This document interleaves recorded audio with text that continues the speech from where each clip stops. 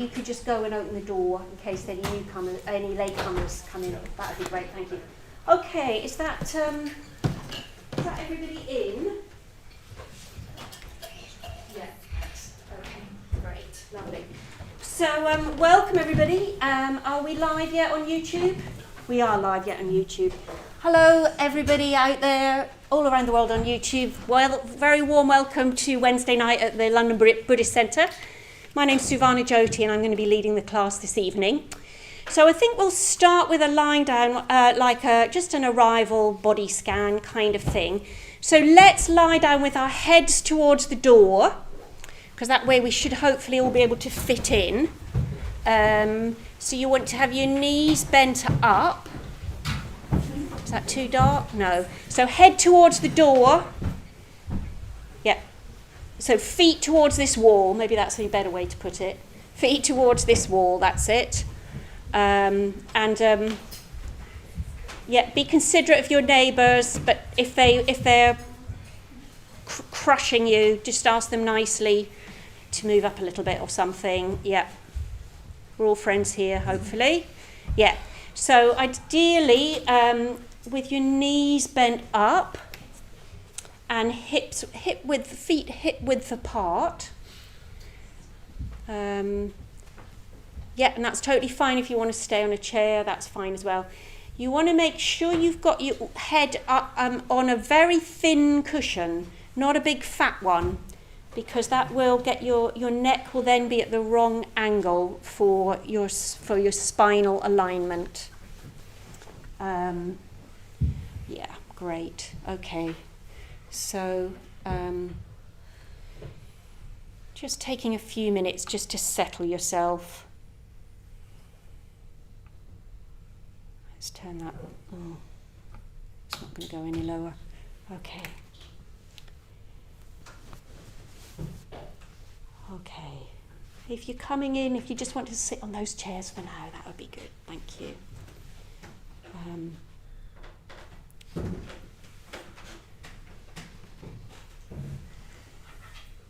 And just letting yourself really arrive physically here in the shrine room or on your meditation space at home. Letting your mind catch up with your physical body.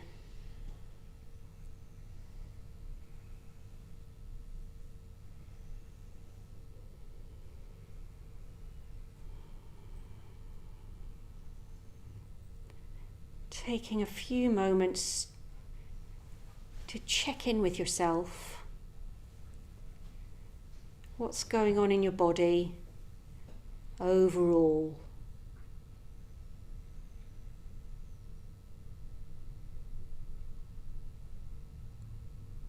And what's the emotional weather like?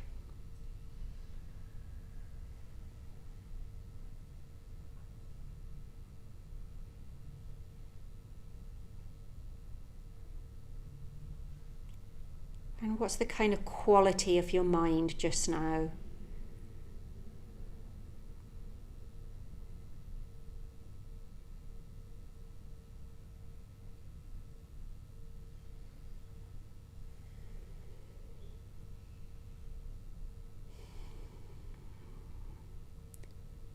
And now inviting your awareness to drop down to the places where you're in contact with the earth.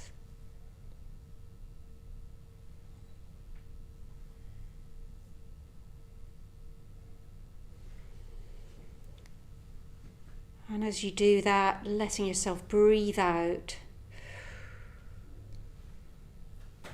and consciously allowing yourself to give your weight up to the earth, letting it hold you, letting her hold you.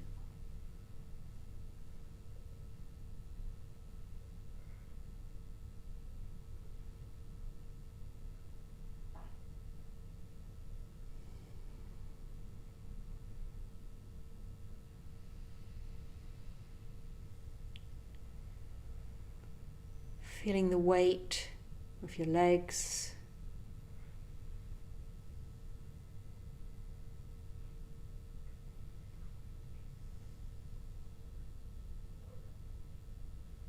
the weight of your head on the cushion.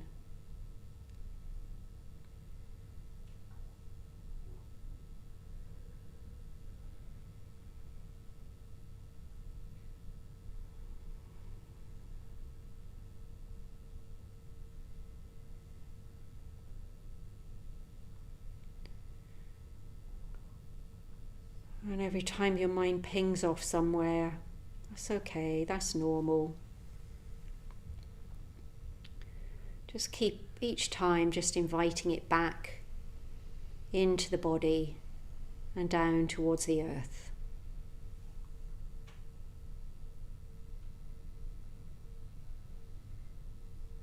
Soothing and smoothing the awareness down.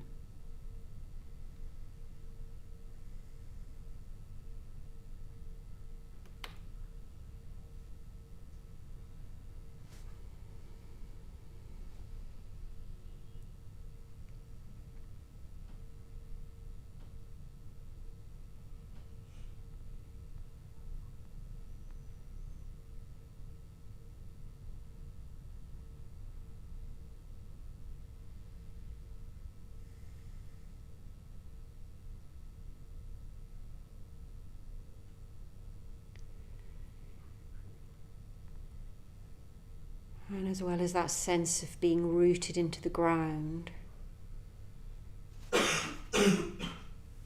allowing a sense of being open to the sky and the space above and all around you.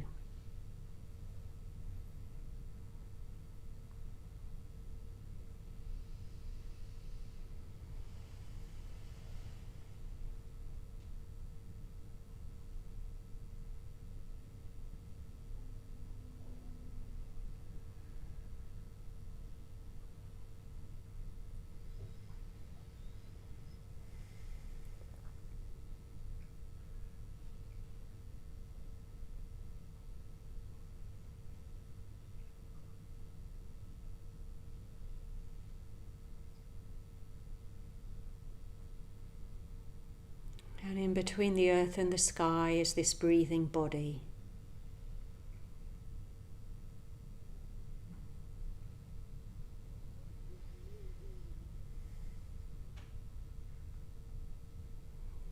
Seeing if you can soften into it a little bit more. Softening the face.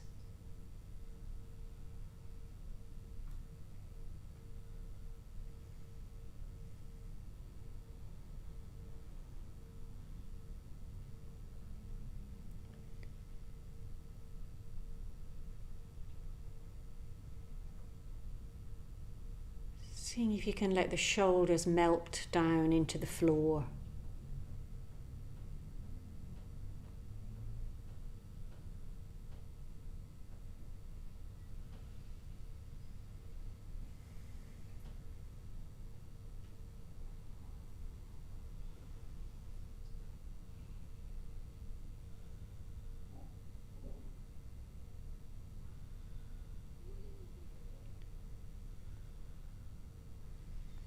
Softening the thighs.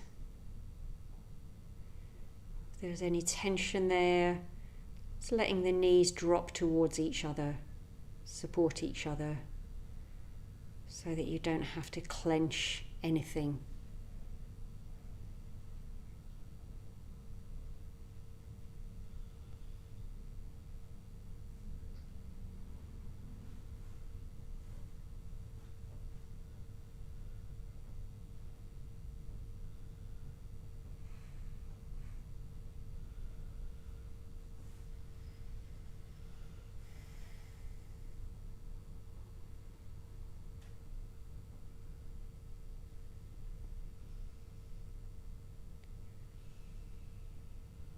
Having an overall sense of your whole body.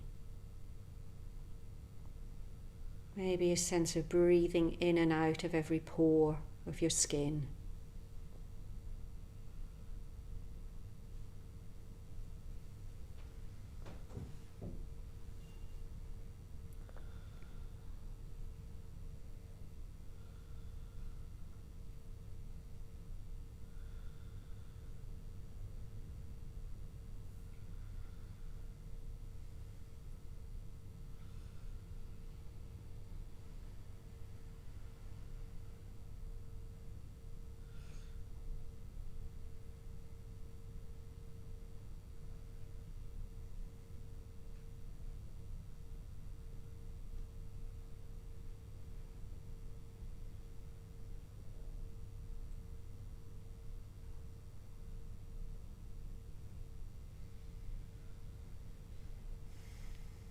And within this breathing body is this vibrant, beating heart, your physical heart, and the heart that's at the core of your being, poetic heart. So just tuning into your heart center as best you can, in that overall sense of the body breathing.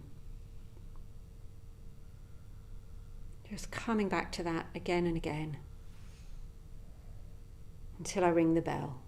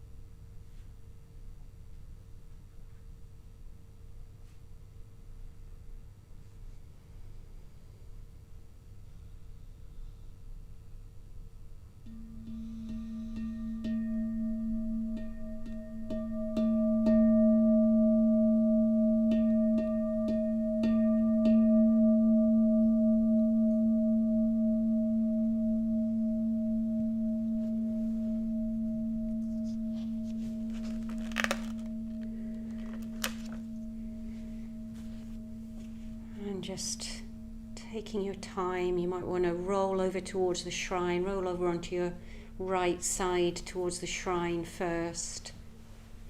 No rush. See if you can stay connected with your body and your heart.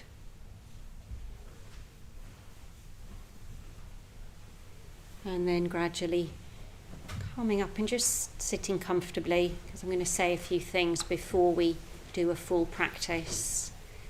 And let's see if the people who came in a little bit late, if do you want a cushion? Yeah. Could you give us a wave if there's a space next to you, and then these ladies can find a spare mat and cushions. Great. Good. Lovely. Yeah, so just sit comfortably, save your knees for later. Great. Good. Now we just need to... A sight line's okay, Claudio.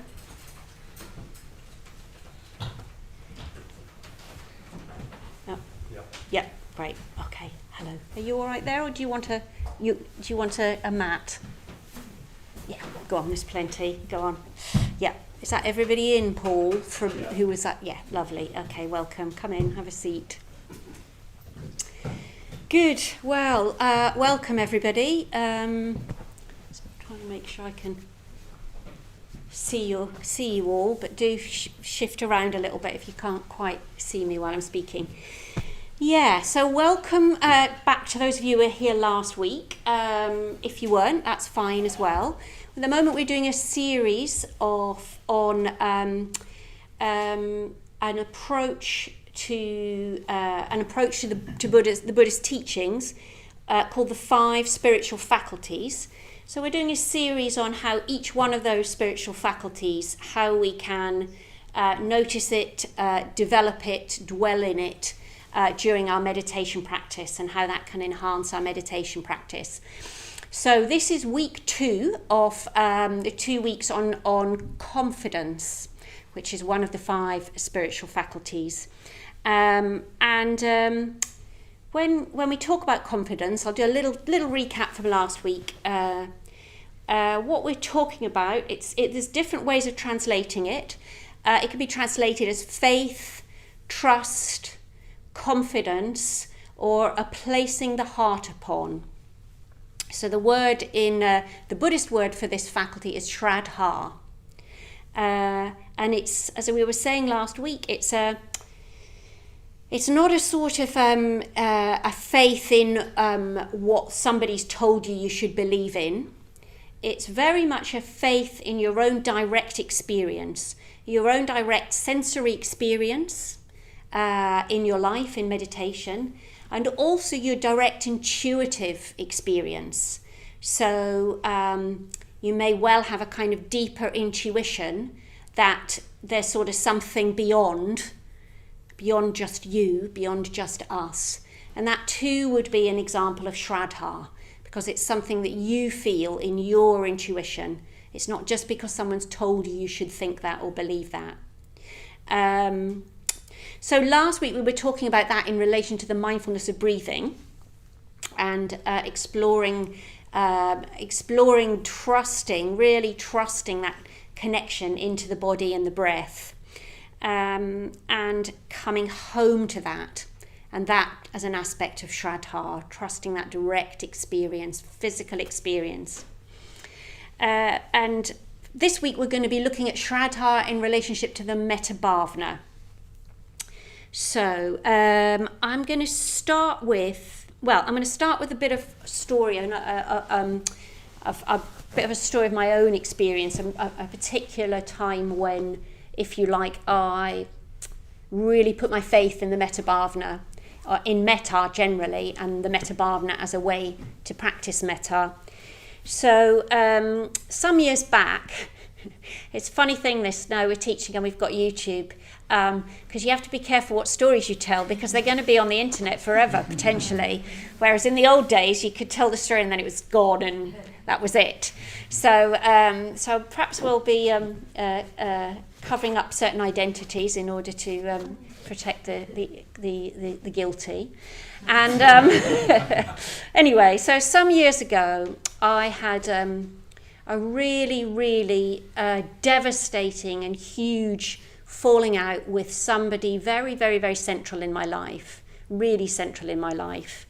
And it came on the back of a year in which the last 2 members of my mother's family had died, which was my sister and my aunt. So there was nobody left. All of my mum and all of her family, all dead. And it was Christmas. And I had this massive, massive falling out with this other person that was very central in my life. And it was coming up to Christmas and I hadn't heard from them. And I knew them well enough to know that I wouldn't hear from them. Of course, I was absolutely determined that I wasn't going to be the first one to make the first move. So I was in this stalemate situation. And it got to Christmas Eve, and I remember I sat down and I meditated. I did a Metta Bhavana, and I particularly focused it around a particular Buddhist figure, Amitabha. And actually, this is an image of this is a particular image of Amitabha, which is because of that particular way he's sitting in meditation posture with his hands in that gesture. And Amitabha's the Buddha figure that's particularly associated with light and love. And I did a Metta Bhavana and was bringing this person to mind in the Metta Bhavana, because I was really determined, like I wasn't going to let this person win this argument, but I also knew that I didn't want to live my life that way. So I thought, I know, I'll sort of do the Metta Bhavana and I'll kind of in a sort of, as it were, hand it over to Amitabha, sort of metaphorically speaking, see what happens. And as I did this practice, something happened, and I began to really see how this person was really suffering, this person that I'd had this massive falling out with, who my experience was they'd been incredibly, incredibly vile to me. Well, they had actually been incredibly, incredibly vile to me. I think anybody would have thought that. But I saw how much they were suffering and what had triggered them to be that vile towards me. And it was like I sort of, when you get that kind of zooming out thing, when you kind of zoom out and you just see a bigger perspective on something. And I had that. I sort of went, oh, yeah, they're really suffering in this situation. And I'm really suffering in this situation. And then I was reminded of one of the core teachings in the Dhammapada that some of you will probably know, which is quite simply, people who know they are going to die make up their quarrels. And I thought, here's this year in which, 2 close members of my family have died. And here's me and this person fighting, and, we're going to die. We could die at any moment. And that's that. And then, and it just, I suddenly sort of saw how sad that was. So I sat down and composed an email to this person. And I think it's important to point out that what I didn't say in this email was, oh yes, you're right, I'm a terrible, terrible person, and I should be punished for being such an awful person. So I didn't sort of, if you like, I didn't agree with what this person had been saying to me. But so I didn't get into who was right and who was wrong. I just said something along the lines of, we could quite easily never speak to each other ever again. I think I said we're both old enough and ugly enough that we could do that. But I don't think that that's what either of us really deeply wants. And I don't think it's what anybody else would want for us either. And I sent that email off. And after I'd sent the email, I just felt this sort of euphoria. And I think it was something about having sort of acted from a place of deeper value. And in a way, in a certain sense, it didn't matter whether I got a response or what the response was. There was nothing I could do about that. That wasn't my business. That was that person's business. My business was how I behaved. That's the only thing I could control. And I kind of knew that I had been very, I was going to say being very Buddhist about it, but, I'd been very, I'd come from a very positive, I'd come from a place of metta. I had written an email from a place of metta, not from a place of tightness and determination to win the argument, get the last word, make that person suffer and have to live without me, and it's their loss, that kind of thing. So, there's various ways that we can sort of, various sort of language we can use for that within the Buddhist tradition and within our tradition. So I'm calling that, in a sense, I chose to have Sraddha in metta. I chose to put my trust and my confidence in metta, and that metta was the best way forward in that situation. I wasn't a doormat. I didn't say you're right. I just said, look, here we are. Do we want to carry on this way, or do we want to find a way to reconnect? So what I was doing in my mind, one way of thinking about that, is I was shifting from what Sangharakshita, who's the person who started our Buddhist movement, shifting from power mode to love mode. So when you're in an argument and you just want to win it at all costs, no matter what that costs you and the other person, that's power mode, because it's like, who's going to win? Love mode is when you get all of that nonsense out of the way and you're coming from a place of metta. So I shifted, this meditation had helped me shift from power mode to love mode. Another way that Sangharakshita talked about this was I was shifted from a reactive mind to a creative mind. So I'd been really reactive about, and some people would say justified. That's the real kicker, because people would say, well, he was completely vile to you. Of course you shouldn't speak to him. Of course you shouldn't. So, but that's just me reacting. And where does it get me in the end? So I shifted from a reactive mind to a creative mind. That was a creative email that I sent, and an email that not very many people would have sent in that circumstance, given what had happened and given how he'd been with me. And I knew in my heart, I knew this person well enough that I knew that they were too proud, that they would never make the first move. So if I didn't, then that would be it, and we would never speak to each other for the rest of our lives.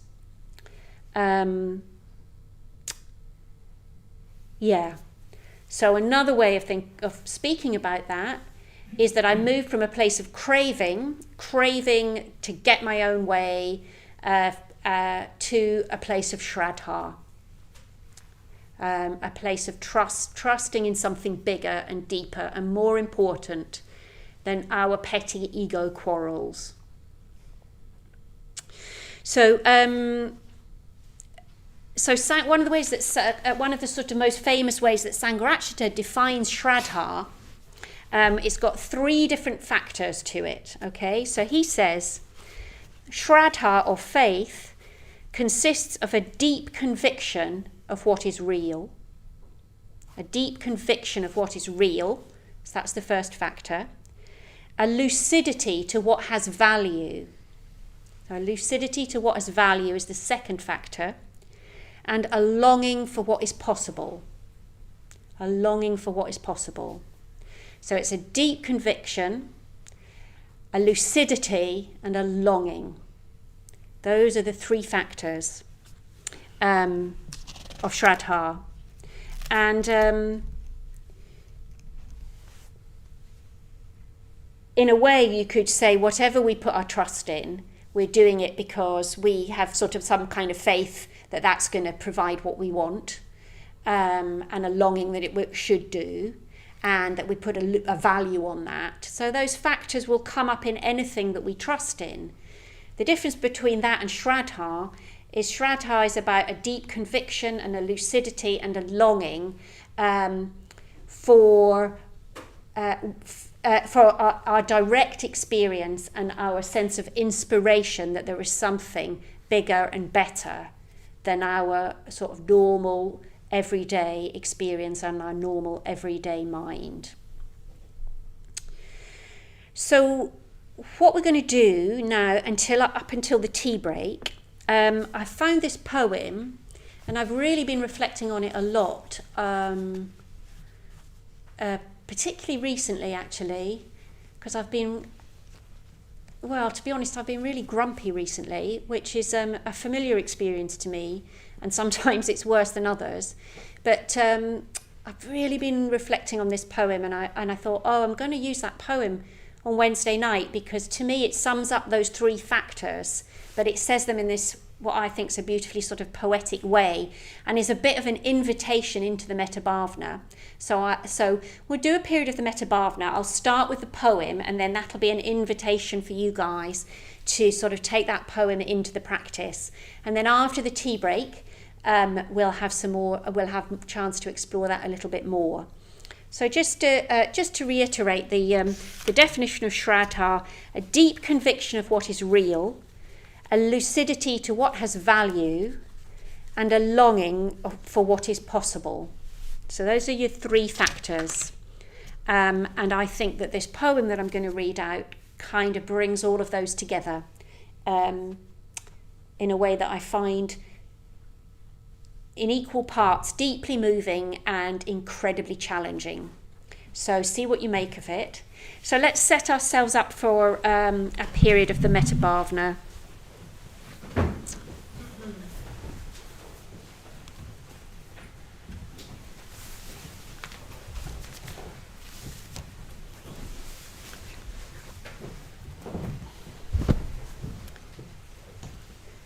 There we go.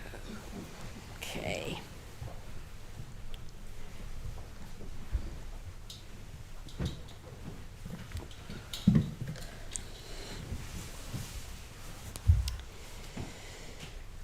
So just taking time, making sure you've got what you need.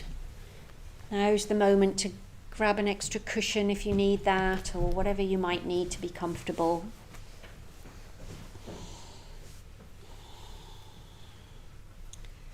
And when you're ready, closing your eyes. Ooh. Sorry, just testing. Yeah. So when you're ready, closing your eyes.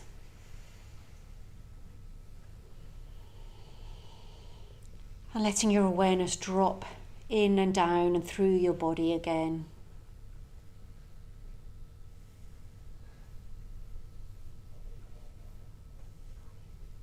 Reconnecting with your seat and the floor, the earth beneath you.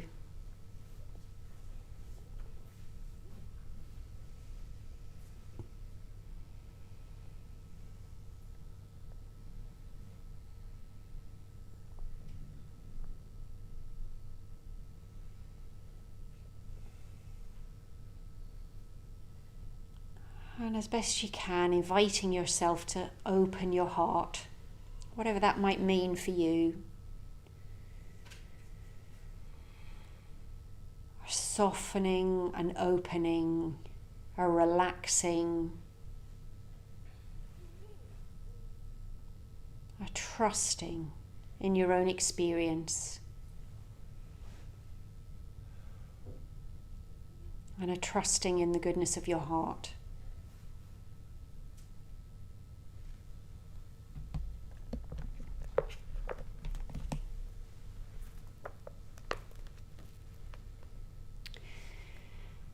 I wonder what would happen if I treated everyone like I was in love with them,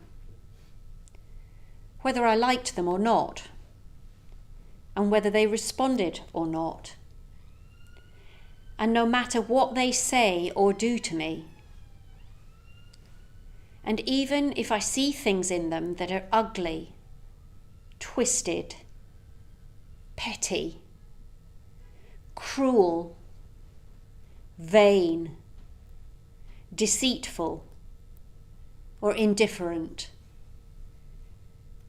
Just accept all that and turn my attention to some small, weak, tender, hidden part and keep my eyes on that until it shines like a beam of light, like a bonfire I can warm my hands by, and trust it to burn away all the waste, which is not, never was my business to meddle with.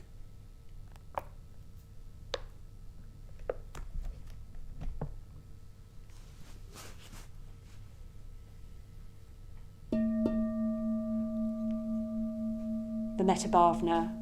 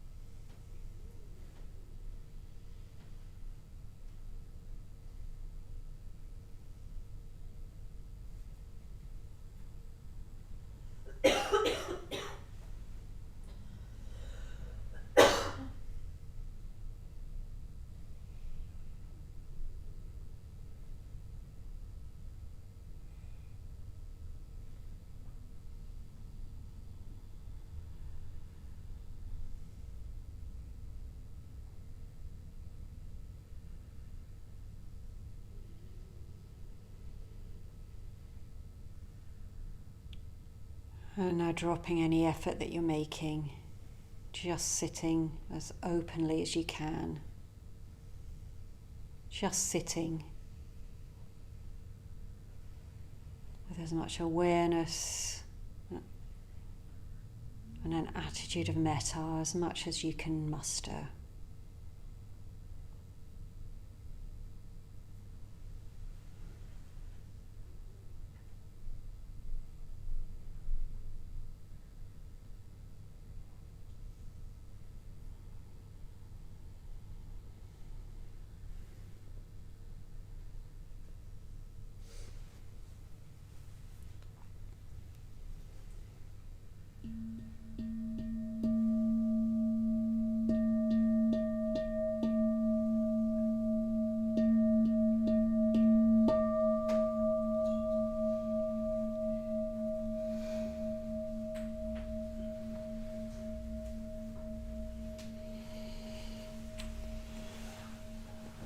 Okay, so just in your own time, taking your metta out into the tea break with you. And let's keep the shrine room as a silent space through the tea break if people want to sit quietly. People on YouTube will be back probably about 8:35, maybe 8:40, and we'll see you then.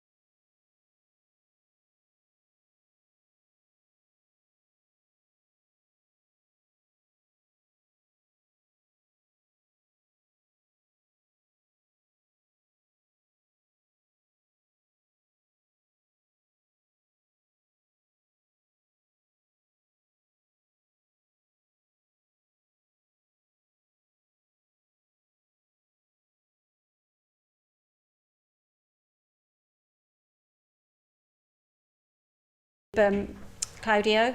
Yeah, great. Hello, YouTube land. Welcome back from your tea break. Okay, so what we're going to do first of all, I'd like you guys to have an opportunity to sort of reflect a bit on your experience of Sraddha, of faith, in relation to the Metta Bhavana. So what I'd like you to do is, if you could get yourself into groups of 3, and if you could make sure you sit with people that you don't know. So if you came with a friend or a partner, don't go in a group with them. So that people that you didn't come here with. So if you just get yourself into groups of 3, and then I'll just say a little bit about what we're going to do in those groups. So just people near you, or yeah.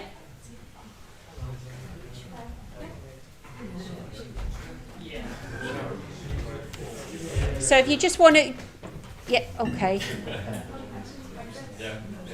Yeah, that's it. Okay, and those on YouTube, you'll have to be one group for yourselves. So if you'd like to chat to each other in the chat on YouTube.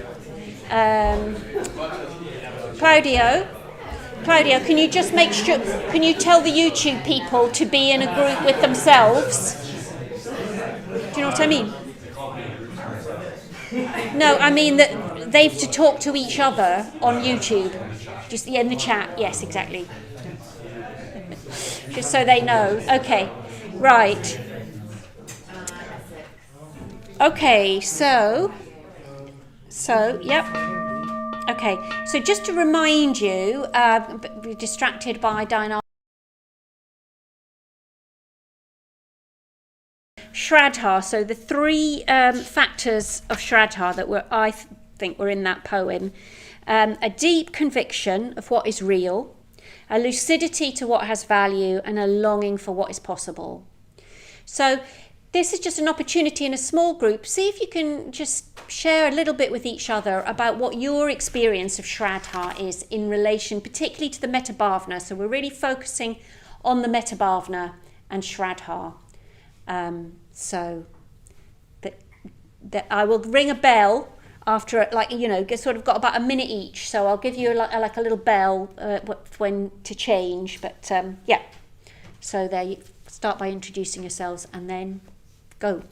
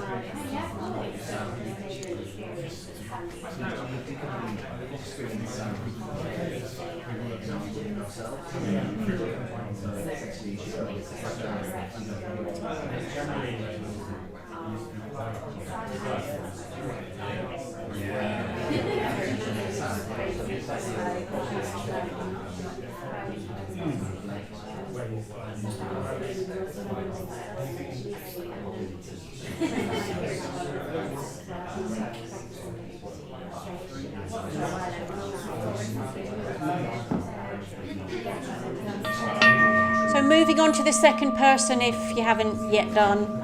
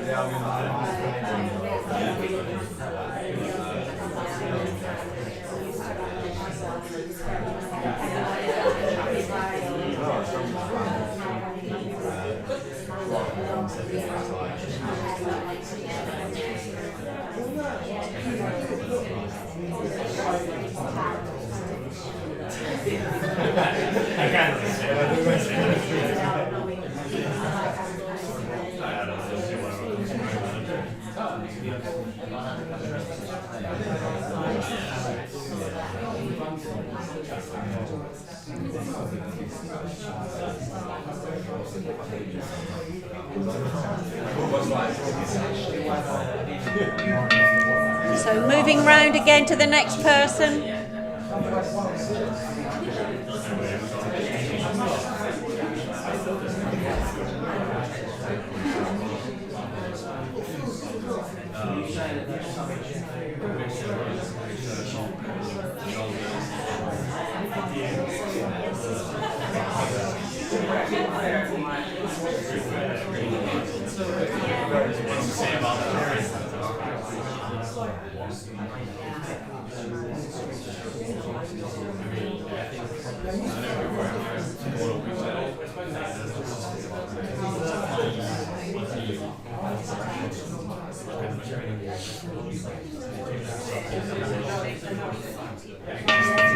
If there's groups of 4, then moving on to the 4th person. And if you're not in a group of 4, you can just do whatever.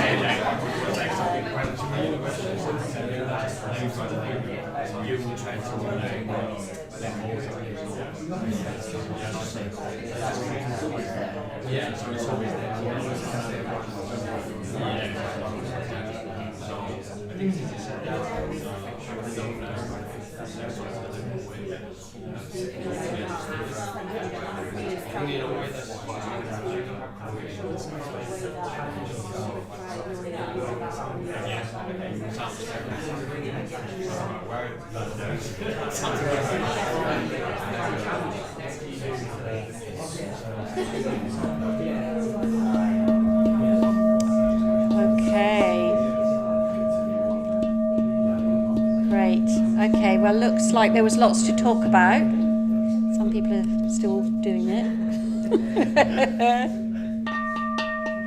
Okay, great, lovely. Thank you very much.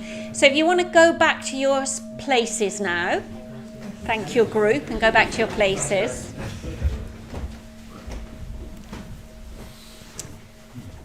Okay. So this is a chance just to maybe share a bit in the bigger group. If there's anything particular you really noticed in your group, or any burning questions you've kind of got about this whole area of Sraddha and meditation.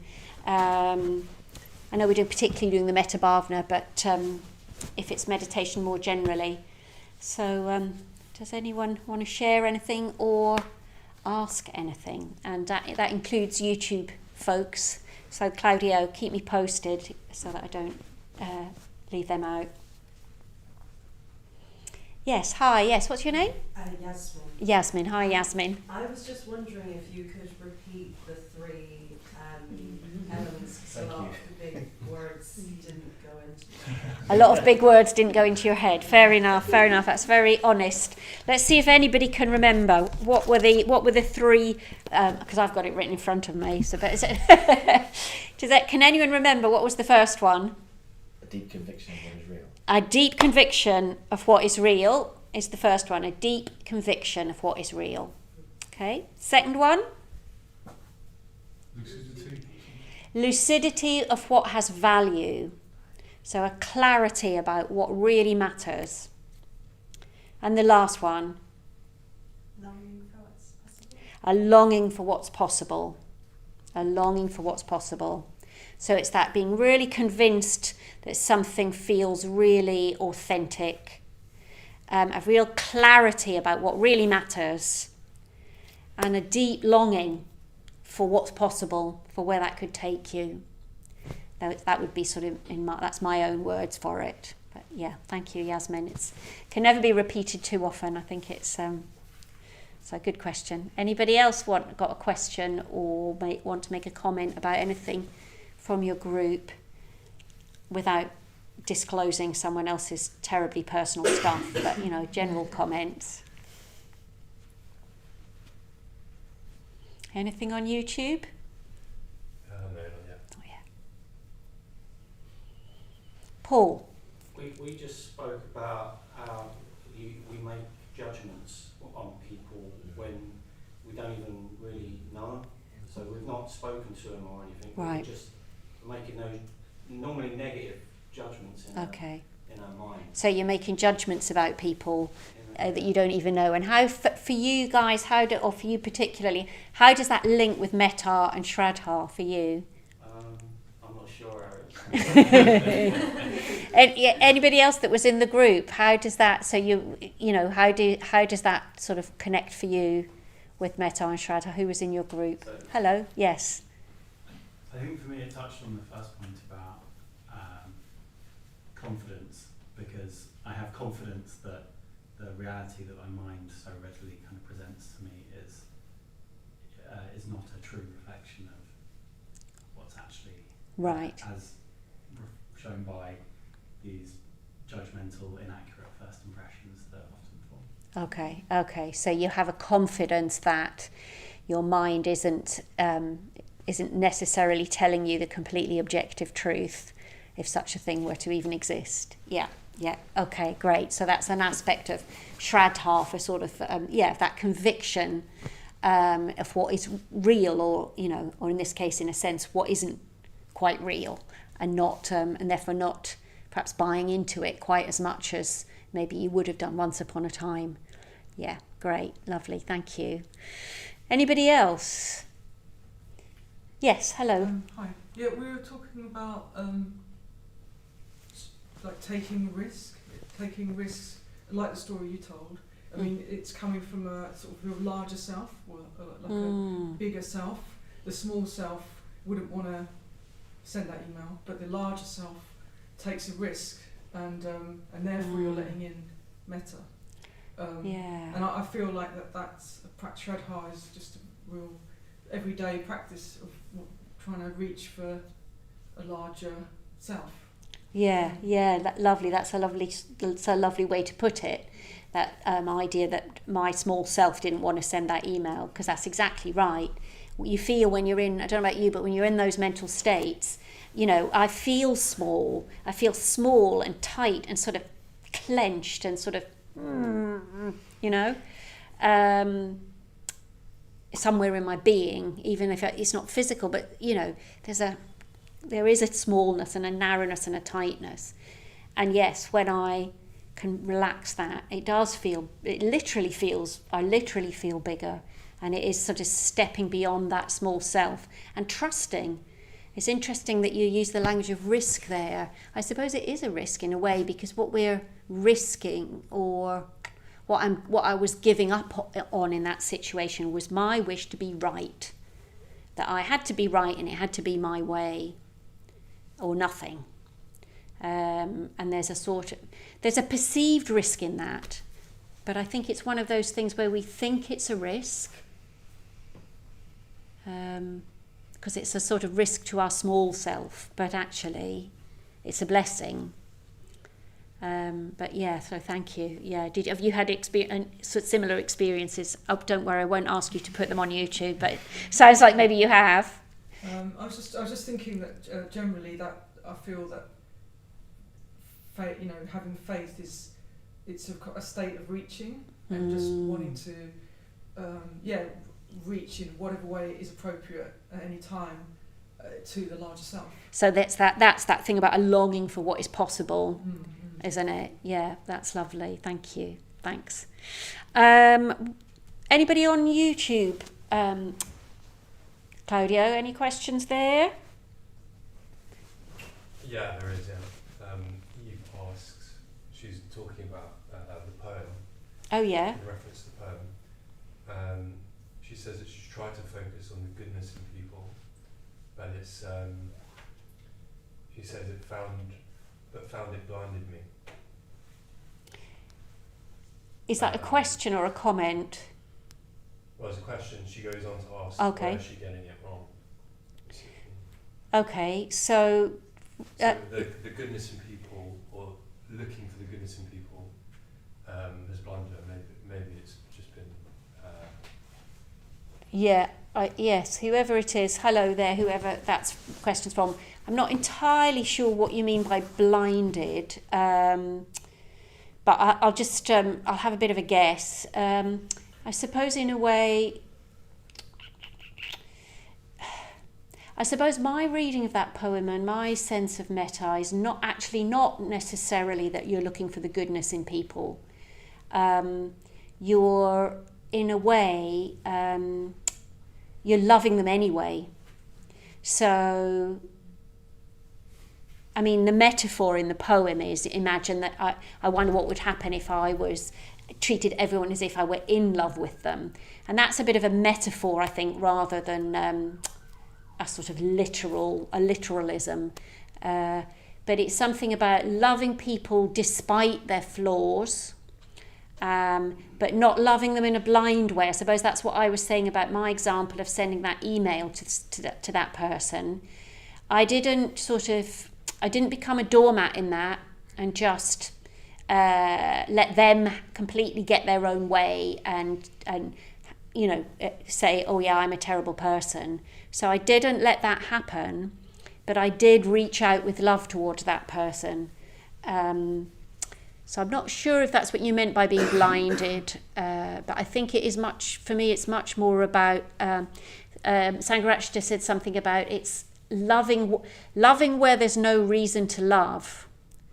And that's pretty challenging and pretty radical. But my own experience is the more that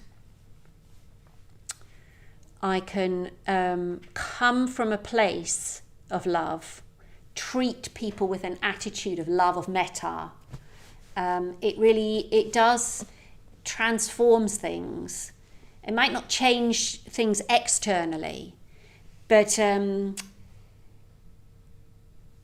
it just transforms my state of mind, my state of being, and sometimes that does have an external effect as well. But I definitely don't feel that it's about looking for the good in people. It's much more about opening your heart to them, to the complexity of them, and the complexity of yourself, and the complexity of every human being, rather than trying to ignore the difficult bits. Because I think there's a bit in the poem about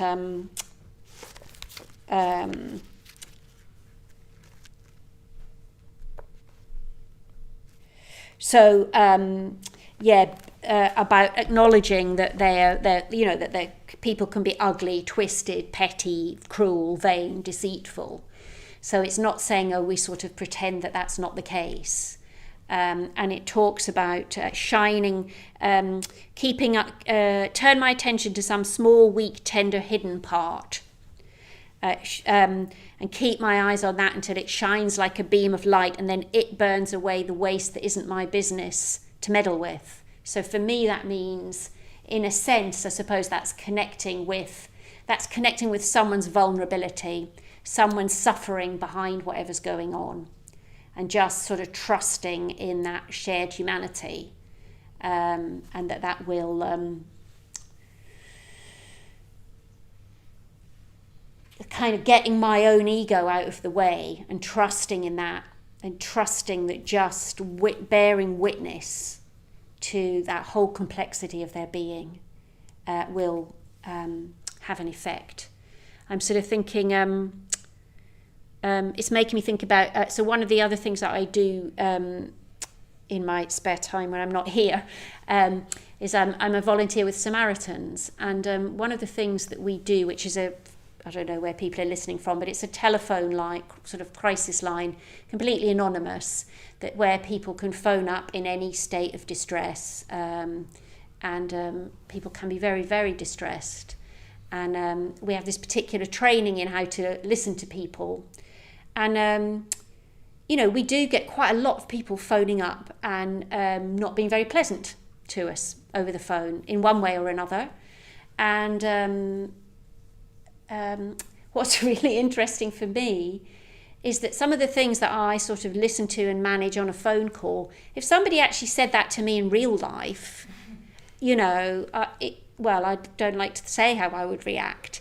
So it's quite interesting to me that I can sort of get my reactivity out of the way when I've got my Samaritan's hat on, and I can really just think, I find myself able to say, oh, this person's really suffering, or they wouldn't be behaving that way. And I just connect with their suffering. And it doesn't mean that we put up with anything. That's the other thing. Again, it's not about being a doormat. So it doesn't mean that we put up with anything on the phone.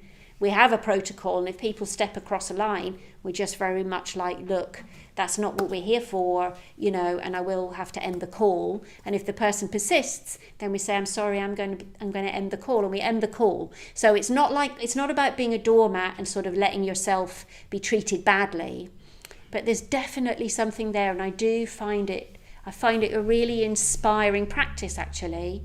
And I do come away every time I do a shift, I would come away thinking, gosh, if only I could live my day-to-day life in that way and respond to people, in everybody in my life in that way, then, you know, I would be a much better Buddhist. You know, my practice would be far more effective.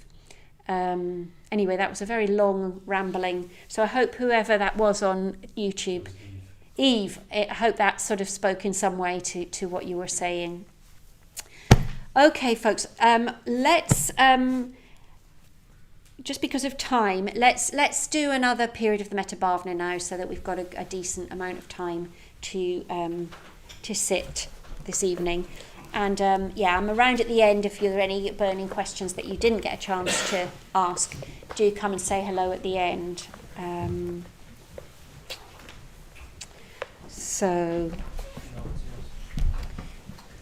Yep. So setting yourself up, getting what you need to be comfortable.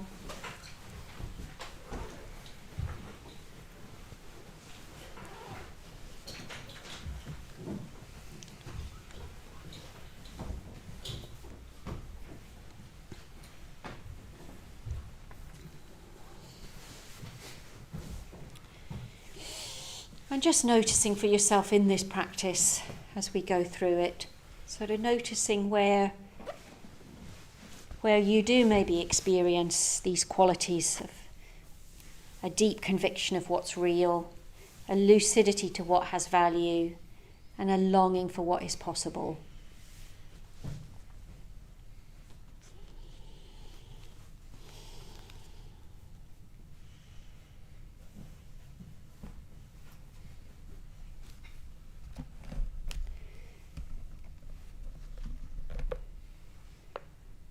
I wonder what would happen if I treated everyone like I was in love with them, whether I liked them or not, and whether they responded or not, and no matter what they say or do to me. And even if I see things in them that are ugly, twisted, petty, cruel, vain, deceitful, indifferent, just accept all that and turn my attention to some small, weak, tender hidden part. Keep my eyes on that until it shines like a beam of light, like a bonfire I can warm my hands by, and trust it to burn away all the waste, which is not, never was, my business to meddle with.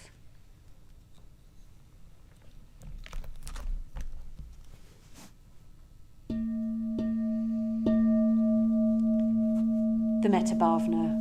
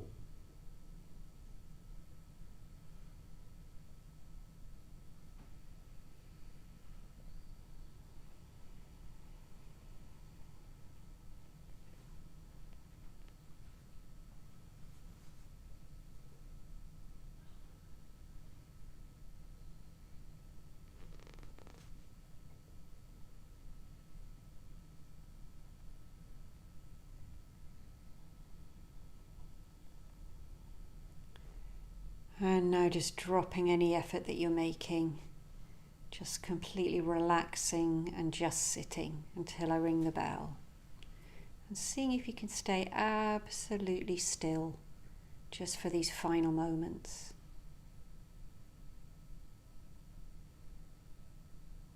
Just sitting.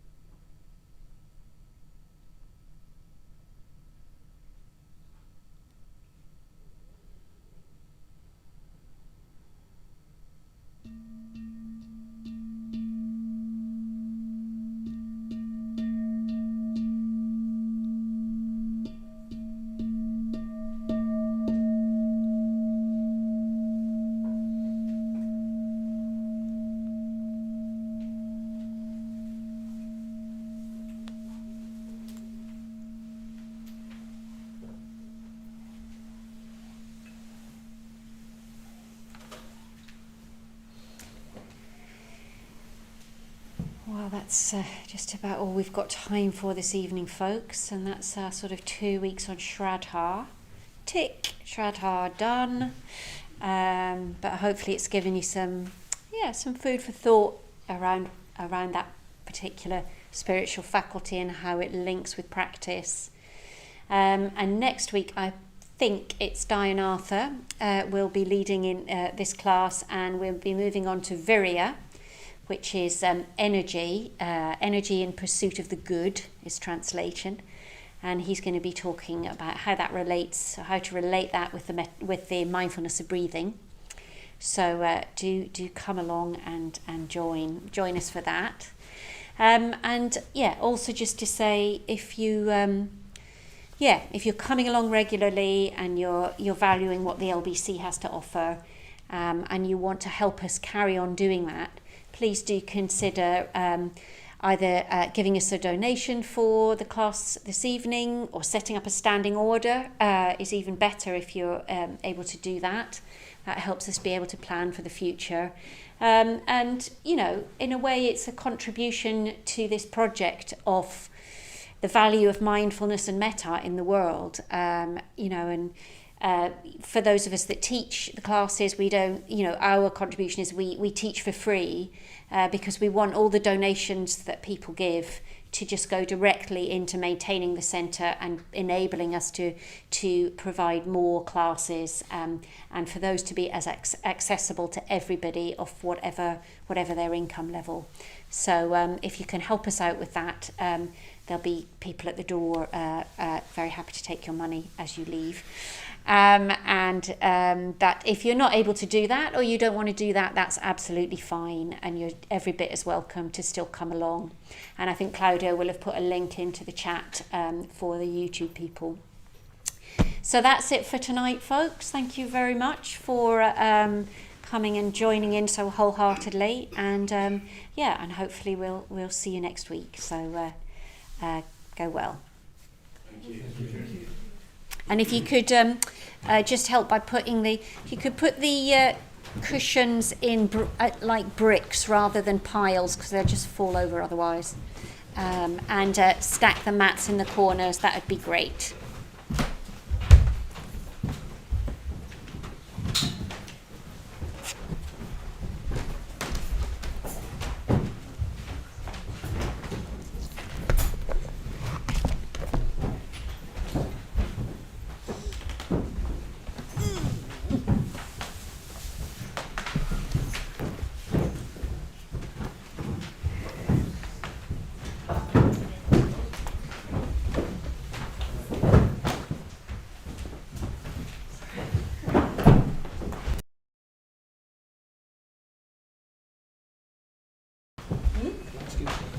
Yes, it's called I Wonder by Derek Tasker. Tasker. Yes. I wonder. I Wonder, yes. Very much. Okay.